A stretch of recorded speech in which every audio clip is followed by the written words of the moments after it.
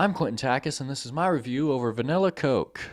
Vanilla Coke was invented in 2002, but got discontinued in 2005. They then relaunched in 2007, which is why we can see it on the shelves today.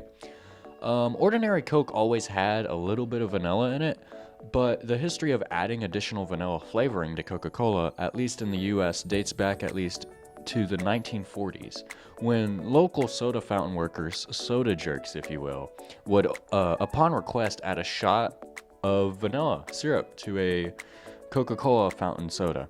For decades, this remained common practice in the ice cream shops where vanilla syrup and Coca-Cola were often together, if you will. So the Coca-Cola company first tested a Coca-Cola blend with extra vanilla flavoring at the 1982 World's Fair in Tennessee, so that's kind of cool. After the introduction of Cherry Coke and the failure of New Coke, the company was hesitant to introduce anything radically new, but they introduced Vanilla Coke in 2002.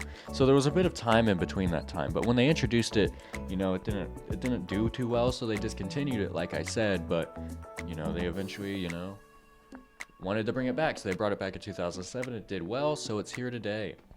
Personal note, Vanilla Coke is one of my favorite drinks to buy when I go to the store. It's the only soda I will buy.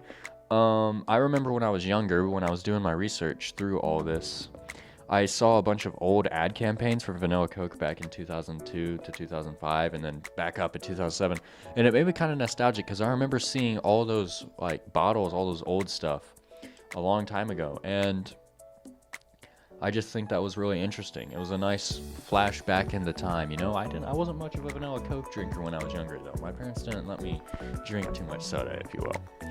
Anyways, one can of Vanilla Coke has 150 calories in it, so, it's kind of a lot, but it's okay.